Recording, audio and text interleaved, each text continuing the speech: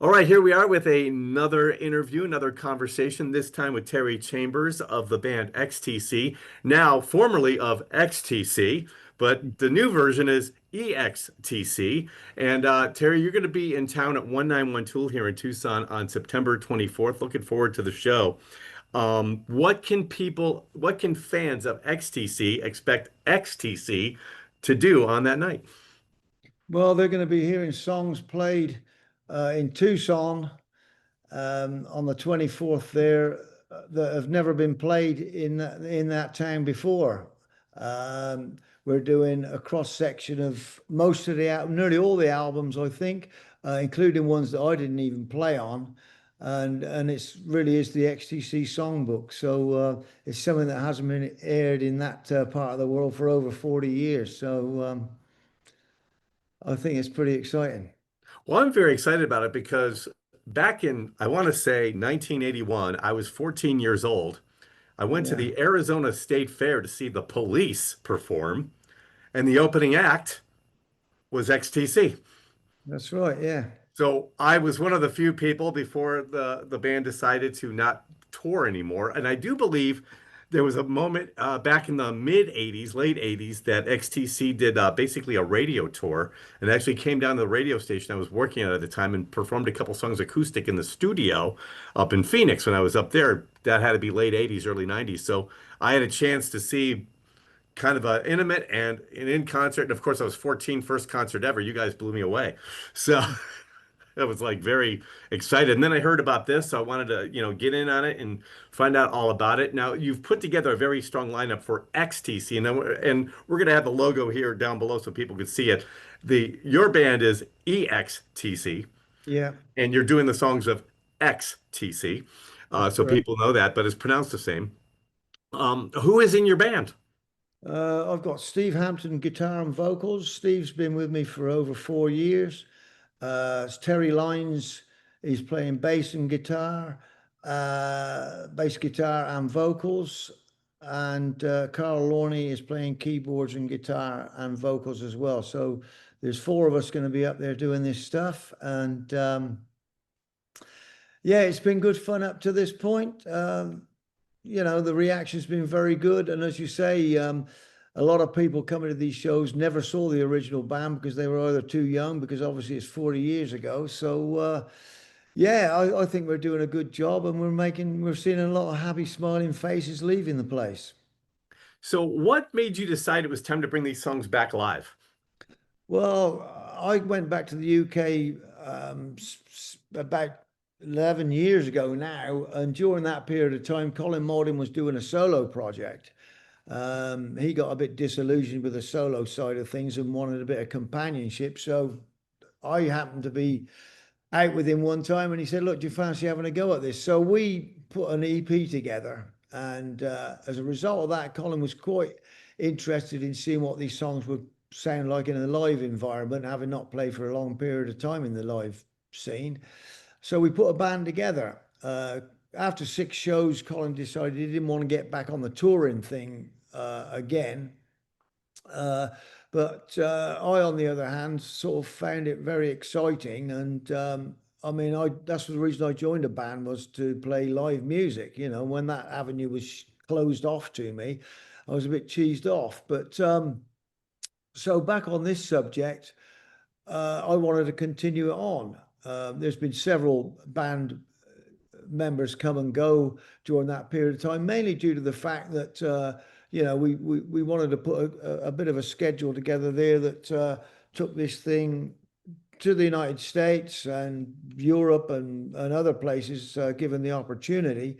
And certain individuals that I had with me at the time had mortgages, wives, children, and commitments, and they couldn't spend the time doing it. So there was a bit of a revolving door there at one point. But Steve Hampton's been with me for over 4 years. Terry's been with me for over two. And because of the workload now, we've included Carl playing keyboards and guitar to help Steve out a little with, some of the more intricate stuff. Because it's a tall order to ask somebody to sing, play guitar, um, doing these songs there that were originally done by four people and lots of overdubs as well. So yeah, we're pretty settled on what's going on at the moment. It's going well. Have you heard from any of your former XTC bandmates? What are their thoughts on it? Well, Andy spoke to me early on in the piece and actually recommended the name, to be honest. Oh, really? Uh, yeah, well, he thought XTC with the EX and my initials being TC. He couldn't see past that, and I said, "Well, that seems." He's always comes up with a better idea than me. So I thought, "Well, who am I to argue?" And it seemed to be okay. So yeah, we've run with that really. It's a great name. I love it. You know, it's Yeah. Yeah, I mean it works, because it's to a degree connected with the original band there, and after all, we're doing that music. Um, so yeah, it was about as close as you could get without sort of misleading people by using the original name, because I don't think the original band wouldn't have been happy with that anyway, and I think it would be disingenuous of us to do so. so. What has the reaction with the fans been so far on this? I know you kind of mentioned lots of smiling faces, but obviously newer fans have discovered you guys over the years, and the older fans. Yeah, well, people are coming with their sons and daughters and stuff like that, and these kids are in their 20s. Obviously, with good parenting, they've been listening to some good music. But yeah, so yeah, it's and I come across the occasional person that's seen us as you did in the original band, although it was a long time ago. So a lot of people have come up and said, "I never ever thought I'd see this stuff again," and it's it's very satisfying to see this. Well, it's interesting because, if I tell somebody who was the first live band you ever saw in concert, a lot of people at that show, in my age group would go, "Oh, it was the Police." I go, "No, it was XTC." So, Yeah, because they opened up yeah, for but the Police. luckily, we were on first. I mean, Yeah. there's not too many people that can go out and say the first band I saw was the Rolling Stones anymore, because most of those people sadly have passed on. So, yeah, I mean that's nice to hear. So it looks like I was looking at your set list from what I've seen. It definitely looks like you do a two-set Yeah, show. on most occasions, if there's not a support band there, we try and do two 1 hour sets with a 15-minute break there, so people can, do what they need to do during that 15-minute period. Yeah, I mean, you can't play all the songs, but we do what we think we can do justice to for the 2 hour period, and yeah, it's value for money, I think. How did you pick the songs? I mean, you guys had such an extensive career. How did you pick it to even narrow it down to that? Yeah, well, there's certain songs that we felt obliged to play, arguably the hits, the making plans for Nigel's senses working overtime type of thing. So they have to be played pretty much no matter whether we play one set or two sets. The others we sort of picked out that we felt we could do justice to originally as a three-piece band. So that sort of eliminated some of the songs. They're thinking, well, perhaps there's too many strings on this, or too many overdubs. So we sort of cut our cloth accordingly to what we could felt we could justify um, doing a good version of. But now we've got Carl in the band with keyboards. Well, maybe we can expand it a little bit more. But yeah, I think, and songs that lend themselves a little bit more to the live environment. We don't want it to be dreary and dragging on. We want it to sort of rock out and, so people can sing, dance, cheer, and do what the hell they like to, rather Absolutely. than rather than sit down and analyze. But mind you, if people want to choose to do that, but by all means they can do that. So, this is like asking who your favorite child is, but do you have a favorite song to play? Yeah, the last one. No, that's not true. I don't know. It varies from night to night. Sometimes, each night we play these things. Sometimes, we play certain songs all together collectively better than perhaps another night. And when it gels, you think, wow, we played that one well tonight. And it varies from night to night. I wouldn't like to sort of stick one out beyond anything else, to be honest. So, Tucson is a pretty passionate live music town. Do you enjoy playing these smaller venues like 191 Toole? It's a really fun venue compared to like some of these bigger festival stages, or are there benefits of both?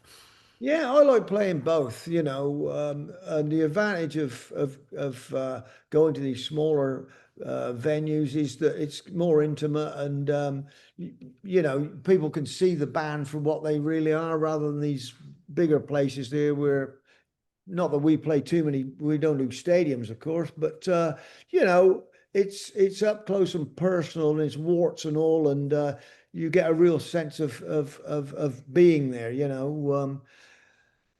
yeah, I like doing both. So finally, for fans, who want to keep in touch with you guys, do you have a website? Are you on social media? What's the best way to people to find you guys? Uh, Carl, can you write that down?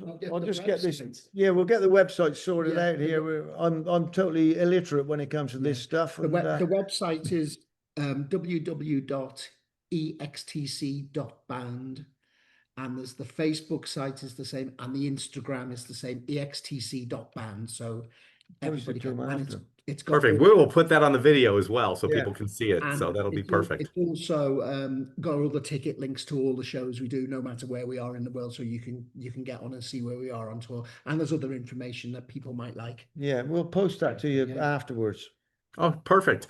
And then, on top of this, you guys, you mentioned that you love jamming. You did this because you love to play live. Yeah. And you got this great band now. Have you ever thought about just recording stuff on your own with outside of XTC, like do a project with these group of musicians? Yeah, well, I mean, we're always sort of talking about it. It's sort of getting the time to do it at the moment there. So, yeah, I mean, I think we've settled with the lineup that we've got. We've got a live CD out of the three of us that's for sale at the gigs, which is the XTC sort of catalog or part of it. Yeah, we've got every intention of trying to put some original material together as well, but that type of thing depends on the demand. So we're sort of testing the water at the moment there to see whether it's worth actually doing. But yeah, it's certainly something that we'd like to do, to draw a line under the whole thing there and say, well, it wasn't just the covers of these songs there. This band was actually worth something. So it'd be nice to sort of make sure that happens before it all collapses. Well, Terry, I appreciate it. This has been absolutely fantastic. Been a big fan of yours going back to the first time I saw you live back in, Yeah. I don't even want to say what year it was because that ages me. Yeah. But first show I ever saw, first live band I ever saw was XTC. So I'm looking forward to seeing you guys here on the 24th here in Tucson. One last thing to do that, what can fans, you'll kind of answer a little bit, but maybe somebody has not seen you guys before, has not seen XTC before, but they like to check out new bands or even older bands they're not familiar with. What can you tell them to come on out to this show? Well, they need to keep supporting these things because live music's very important. And the new generation of people coming along don't seem to be supporting these things as much as what we did in our day. And I think if it's not supported like this, these venues will close and the future generations won't have so many venues to play. So regardless of what band it is, I stress that people need to go out and watch live bands, regardless whether it's us, hopefully it's us, but also any band that's playing there. Live music needs support from everybody. So that's the message I would relay. All right. Well, I'm looking forward to seeing you Wednesday, September 24th at 191 Toole. You can get your tickets at the Rialto Theater box office or at the 191 Toole box office or even at klpx.com. Terry, thank you so much. Looking forward to seeing you in a couple weeks. Yeah, pleasure. Look forward to it.